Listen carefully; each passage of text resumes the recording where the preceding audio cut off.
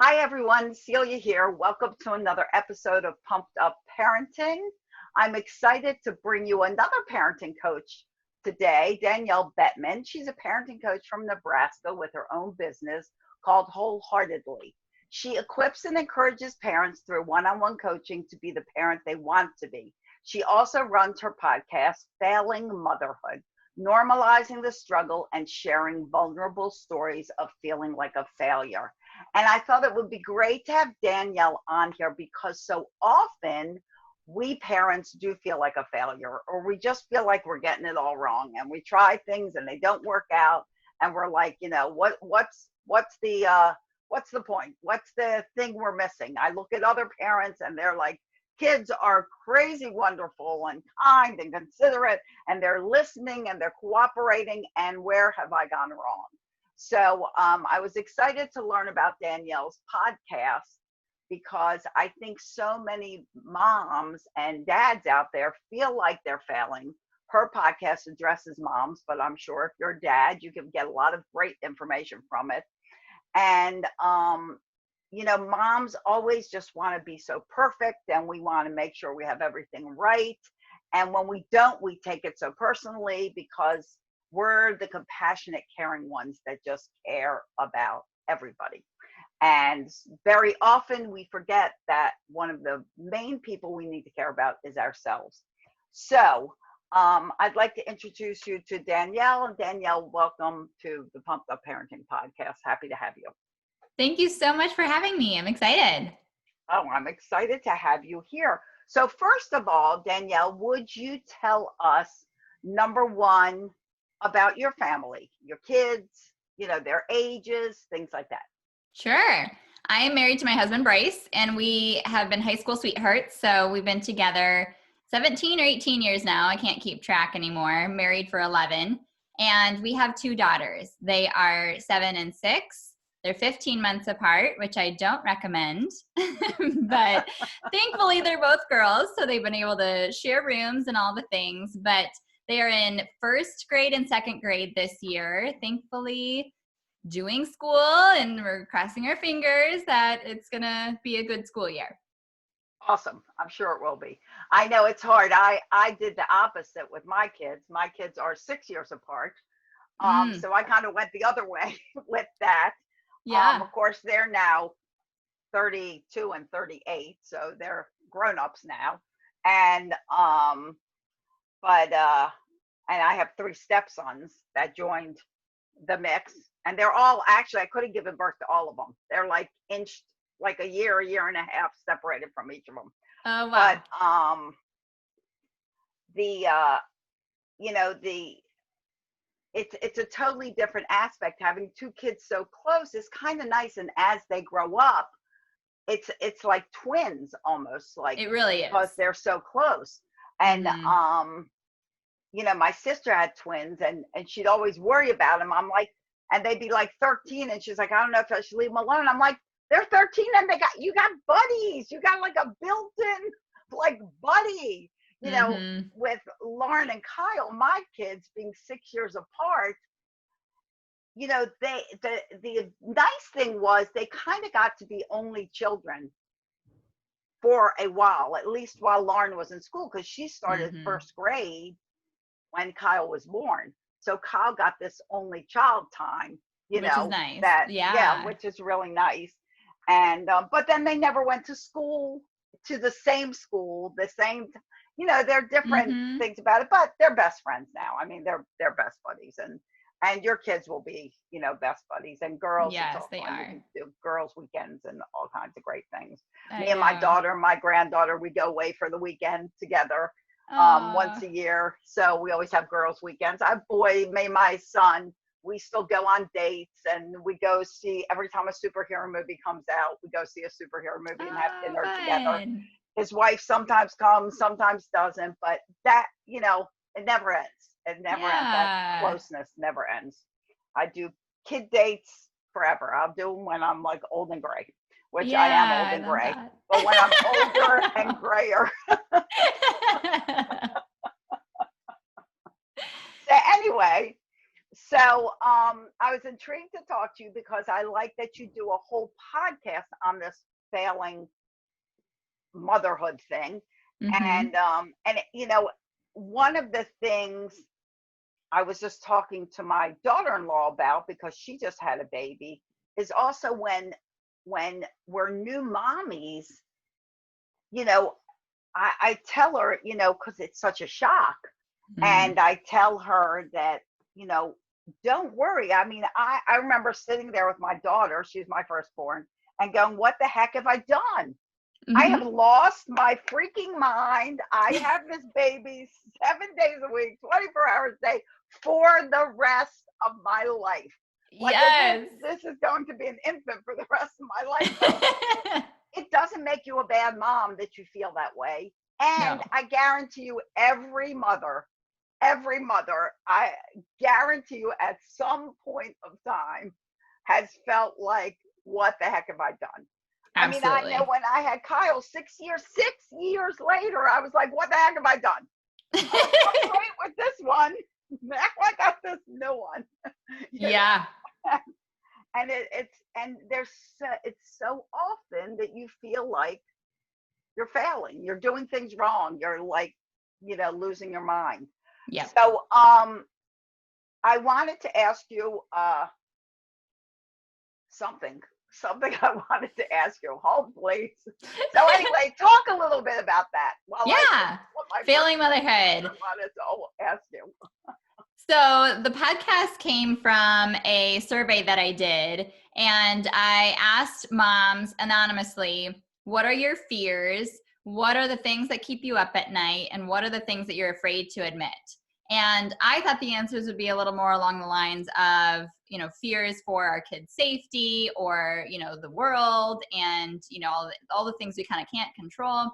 And across the board, almost unanimously, everyone said, I feel like I'm failing, but I feel like I'm the only one, and I'm screwing up my kids, and it's killing me inside, because it's like I can't stay calm and I can't be patient enough, and like I'm just failing at all of this. I'm screwing it all up. And so when I saw that on paper, all of them feeling the same way, but feeling isolated and alone in that feeling, I was like, we need to talk about this because Yes, it is universal to feel that way, because we have such high expectations. It's a very, very, very hard job that we've never done before. There's no training or manual, and it just keeps getting harder, it seems like, year by year, without any of our support system or village being there, and technology and things just making it even more complicated. There's so many variables that are setting us up for this failure feeling, and if we feel like we are alone in that, that makes it so much more exacerbated. So I wanted to put voices and stories and interviews out into the world that allowed moms to at least resonate with relating to another mom that said the same thing, so they can say me too. But I also wanted to share the diversity of the spectrum of that feeling, from expert moms feeling that same way when they had to get a divorce, and just feeling all the guilt and maybe not having a dad figure, really deep-seated failure feelings, and then just a mom next door saying, hey, my kid's really picky and I can't figure it out and it makes me feel like a failure. Like, there's just a huge spectrum of moms, like all parents feeling this way. And it may not, just hearing a podcast about it may not alleviate all that hardship, but at least it makes you feel less alone. And then you'll be more normalized and ready to ask for help and seek out the resources and do a little more research, and at least have hope that it can get better, and that you'll continue to grow and get better at this job as we go, because we just get so overwhelmed. So we can't stay there.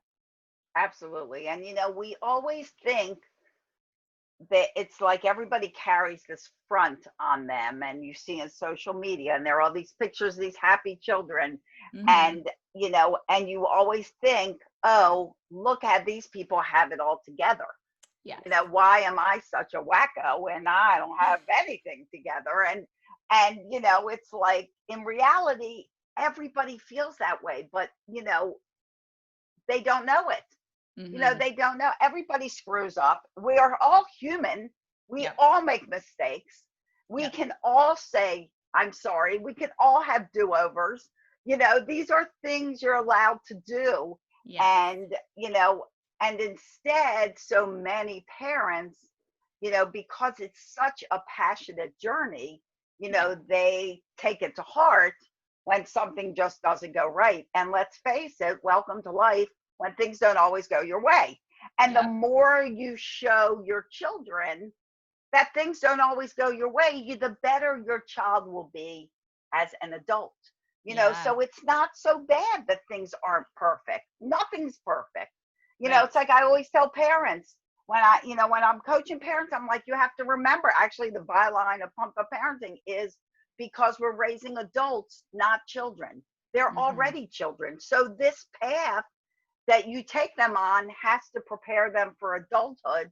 And there are bumps along the way of life. There are bound to be bumps along the way of your parenting journey, Absolutely. and And it's so, because we and care so especially, much. Yeah. right, because you care so much. And this pandemic is really throwing a screw into it all, you Oh, know. And yeah. if we think we were failing before, let's add distance learning, trying to work full time at home, trying to clean up our house, trying to do all the chores, trying to raise our children well. I mean, let's just put all that fuel into the Yeah. fire and Not being we able can to see your feel friends or right. exercise or No get out. socializing, It's heart insanity. attacks.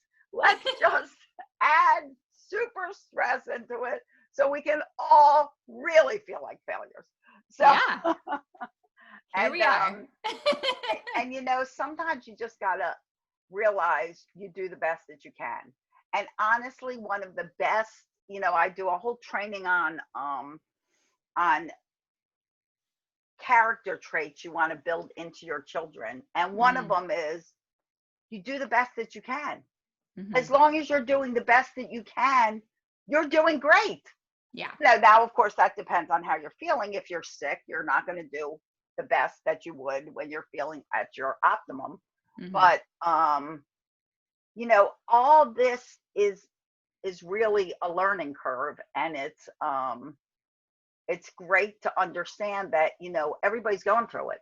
Everybody, you can find the most perfect parents, and I'll tell you, they're not the most perfect parents. It's like, I'm a parenting coach. I've been a parent for 48 years. No, God, 48, my daughter would kill me. 38 years. God, 48. Jeez. She's like, Mom, gosh, I'm going to be 40. I can't deal with that. Um, but it's like, I think of like the mistakes along the way of that journey. And I had stepchildren, and, my stepson, he went through jail, he went through drugs, alcohol, he tried to commit suicide. There is stuff Mm, that happens along the way that you're going to feel like a failure.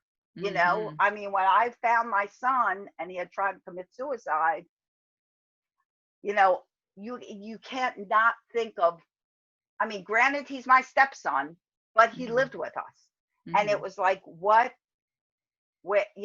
did I do wrong? Right. What happened there? And Yeah. he felt so badly that he wanted to, end everything. Yeah. And you know, there are times the best parents, have these failing moments. It's inevitable, and it's impossible not to have moments where you feel like you're a failure. And like you're doing the great service of letting everyone know you're not alone. You're not alone. Hmm. Everybody feel it's impossible not to.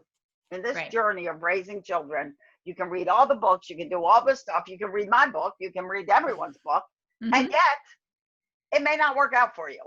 Right. I could give people advice, you could give parents advice, and it's not always going to work. No. It's how it's delivered, it's how it's done, it's the consistency, it's all this. So, Yeah.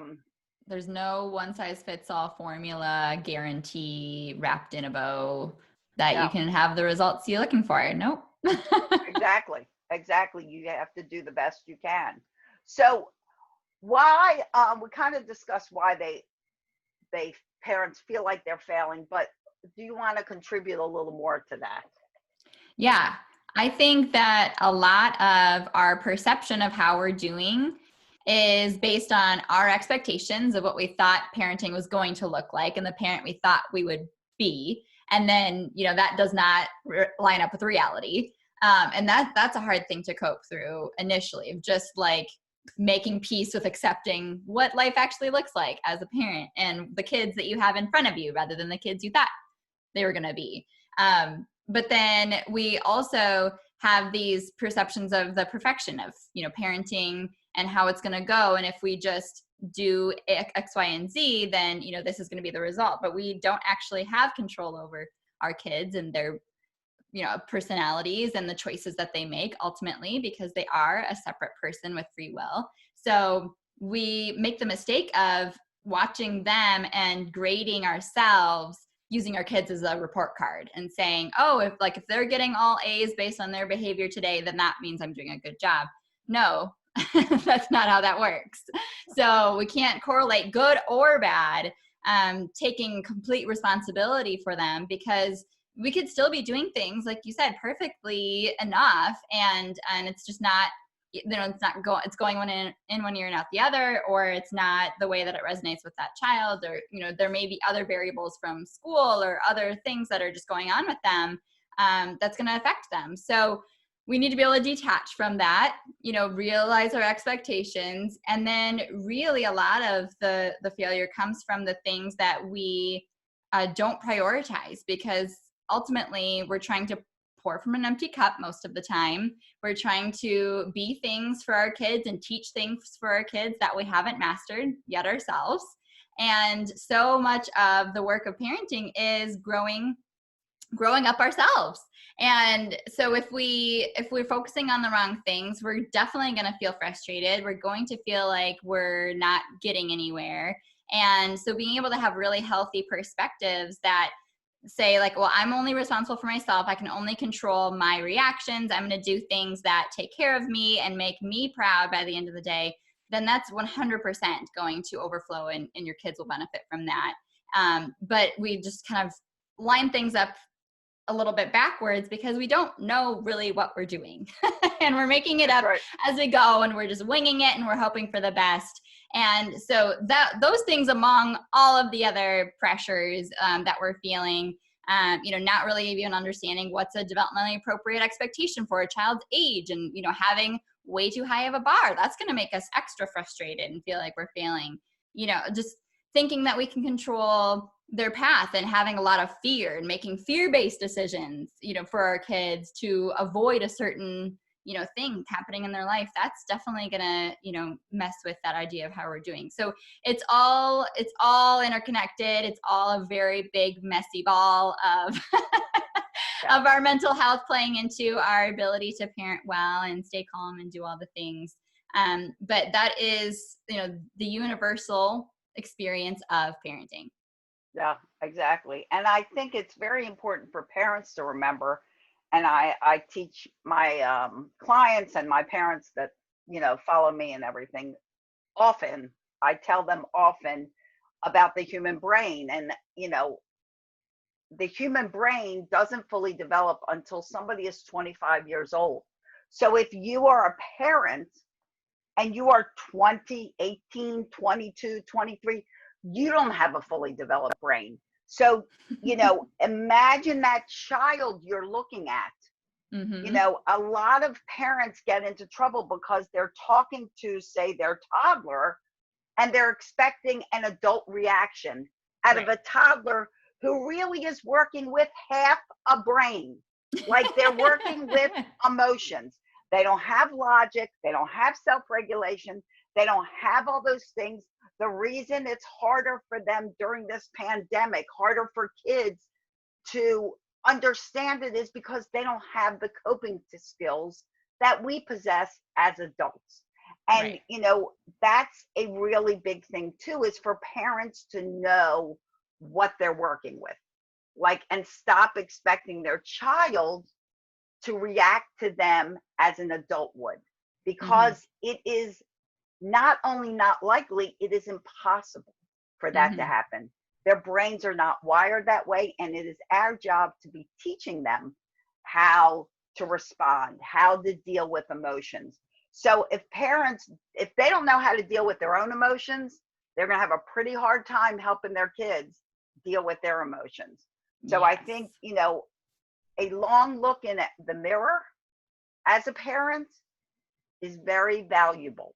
And being willing to take action on what you see and what you don't want to see out of your kids is an Mm-hmm. important evaluation too.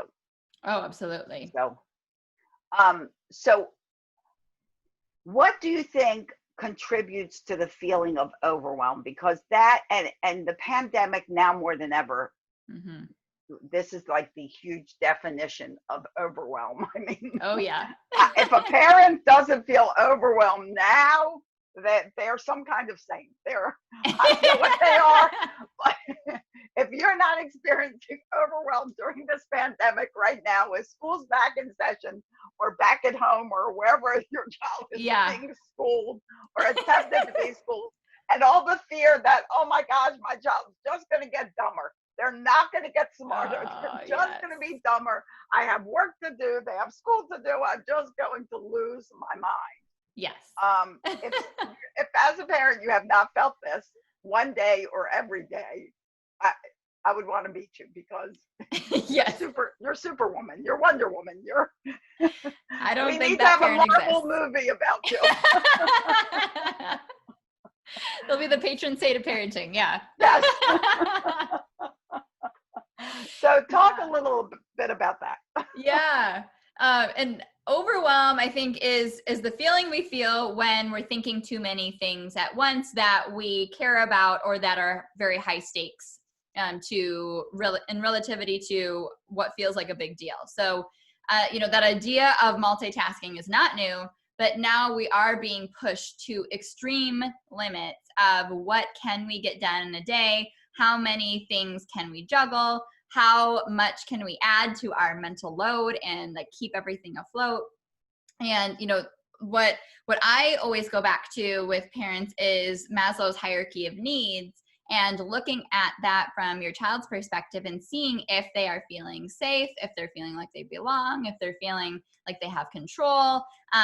All of these things we need as adults too. And right now, some of those are really being triggered or in deficit because we maybe are having financial difficulties, or our housing is being threatened, or the we lost a job, or like there's obvious imminent fear of getting sick or having a family member that's sick. So all of those things just exacerbate our ability to be able to handle the day to day. And so if we have our legs knocked out from under us from one of those areas, and then still have an incredible amount of things to finish and handle and make decisions on, we're just going to hit a wall. We are human. We aren't meant to make this many decisions, take in this much information a day, and be able to process it in a healthy capacity. It's just not feasible. And we continue to think that it not only is it feasible, but we should be doing it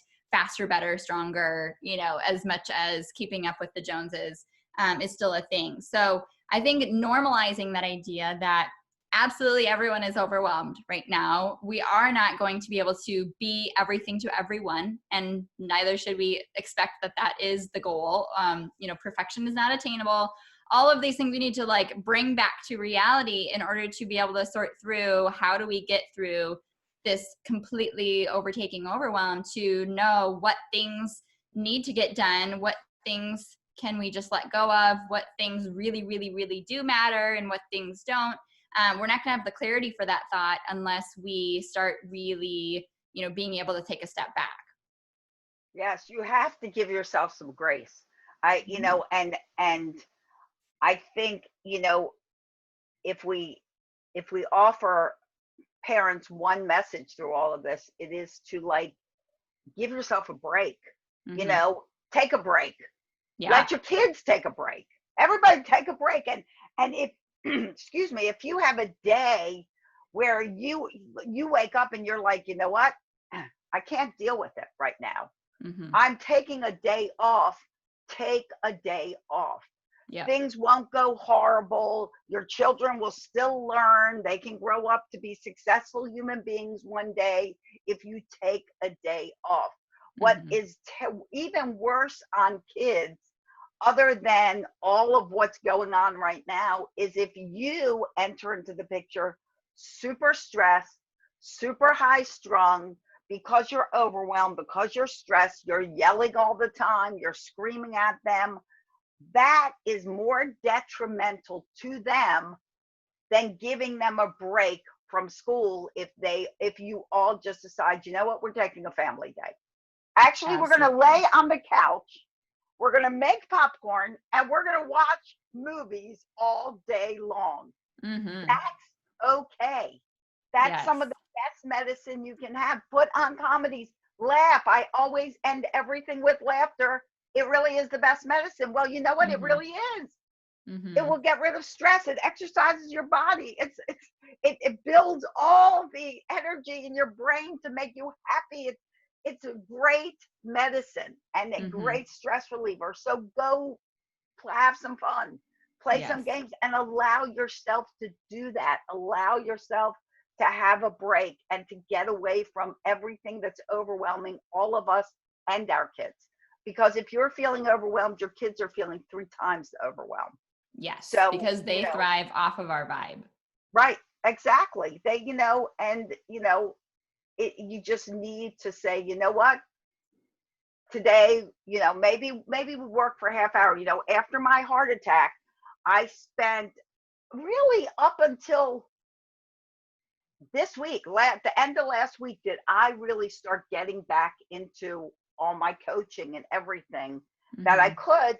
And I really, about 3 weeks after my heart attack, I just decided, if I get one thing done every day, that's fine. And if the rest of the day I sit down and I rest, I rest.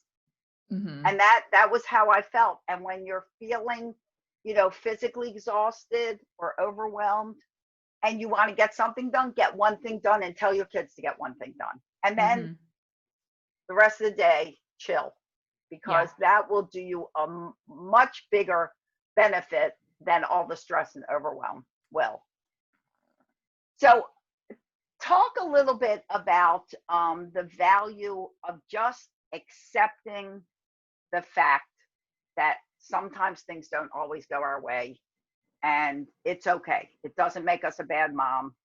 In fact, if we reach out and we get help and we get a support system and we reach out to coaches like you and like me, that's a good parent. Yes. That's actually not a bad parent. So talk about a little about acceptance for yourself. Yeah. Yeah. I think the resistance that we have, that we put up against accepting some of these things, is the thing making us the most miserable. When we continue to beat ourselves up, or try to keep jumping up this wall that's unattainable, and we essentially keep trying the same things over and over every single day, expecting different results. That's the definition of insanity. That's going to drive us insane. So we really need to look at what we're doing and be able to say it's okay, and be able to have the grace and be able to say, I'm doing the best I can, and I'm going to make the best decision I can make right now with the information I have at hand. And then tomorrow, if I get new information, I can change my mind, and that's okay too. But we need to be able to have realistic expectations of ourselves.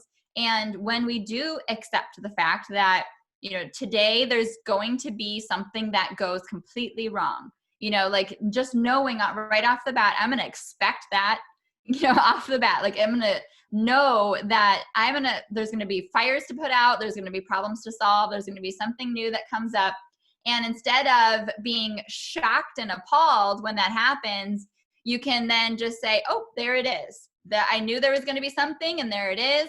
That then you already have your game face of how you're going to try to problem solve through it, and you're going to be able to think clearly, and you're going to be able to find better solutions in that moment. And so it really is a huge mind game, and most of what we're doing is trying to just have the right mindsets. And so I went to Al-Anon, which is the support group for families of alcoholics, for several years.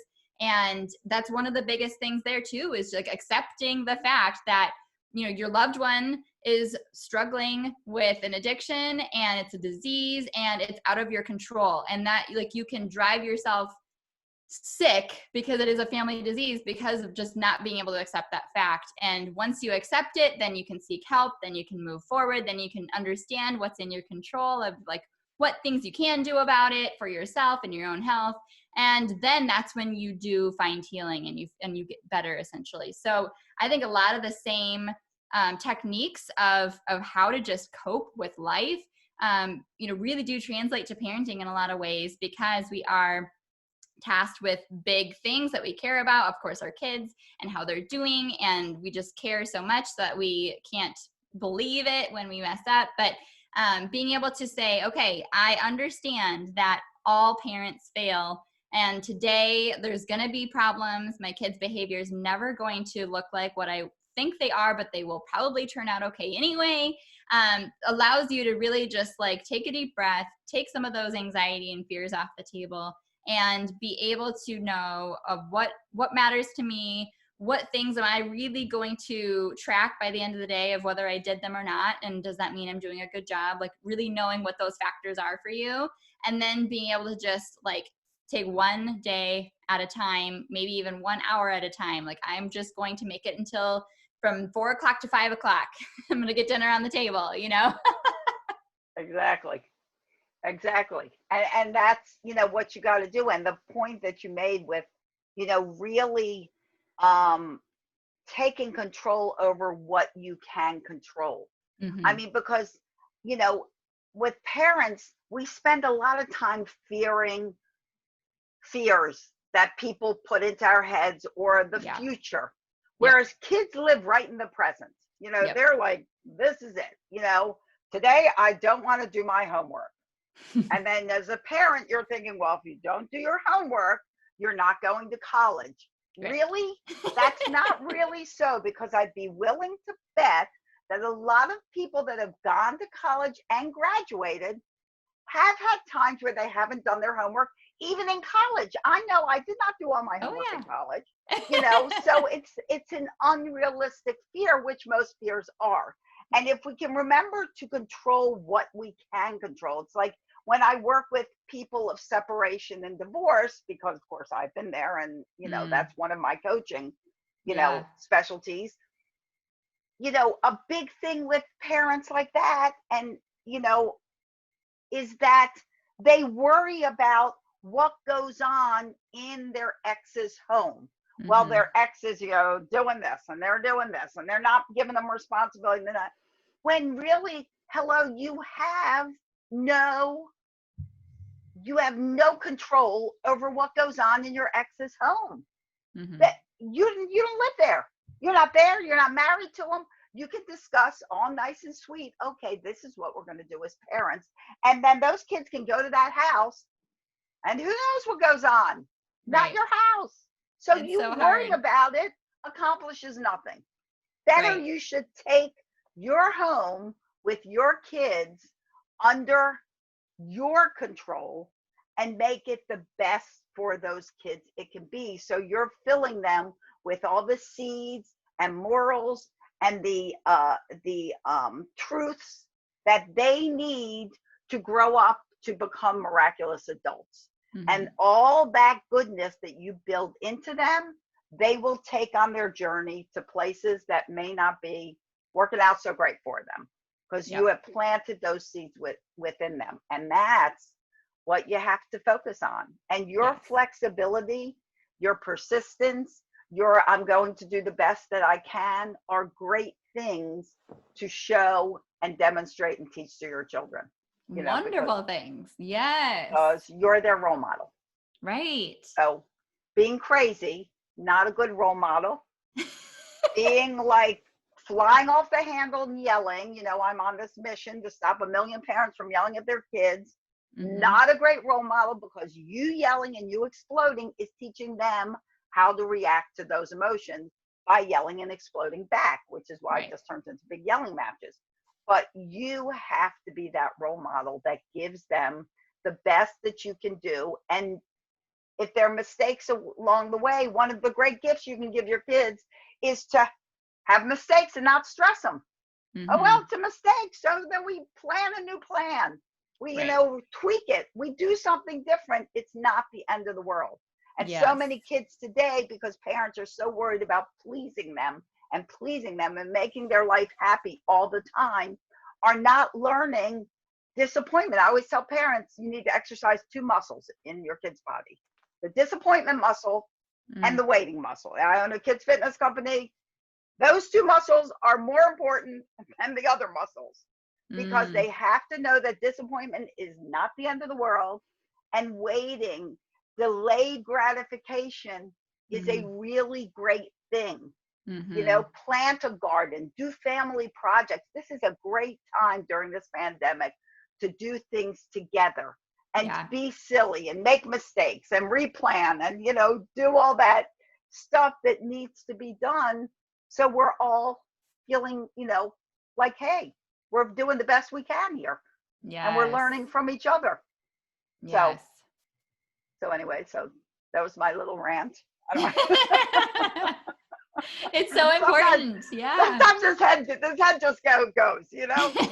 Um, so anyway, so Danielle, if you would please tell everybody how they can listen to your podcast, how they can reach out to you, Hmm. how they can, learn more about you and your wonderful um, advice for parents and coaching.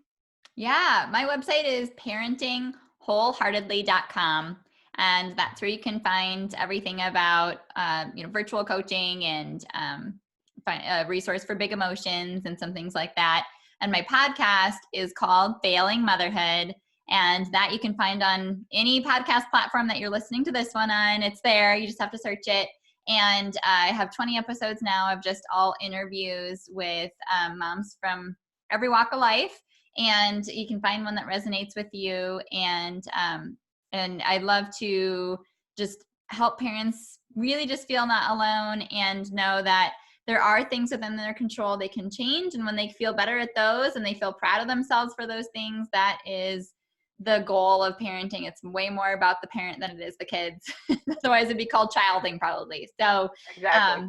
yeah, parentingwholeheartedly.com. Love it. Well, I'm really grateful that you came on and talked with me today. And I know the listeners are also super grateful to hear all your wonderful advice. And guys, if you want to talk, just reach out to me, hit my schedule. You can have a free hour. Go to talkwithcelia.com and listen to more great episodes on Pumped Up Parenting. And don't forget to visit Danielle's podcast as well, because there's lots of great stories of people that are feeling just like you, because you are not alone. Yes. So thank you so much, Danielle. And absolutely. Thanks for thank having you to me. all our listeners. We appreciate you being here. And here's wishing you days filled with peace, love, and tons of laughter. It really is the best medicine. We'll see you here next time on Pumped Up Parenting. Bye, everyone.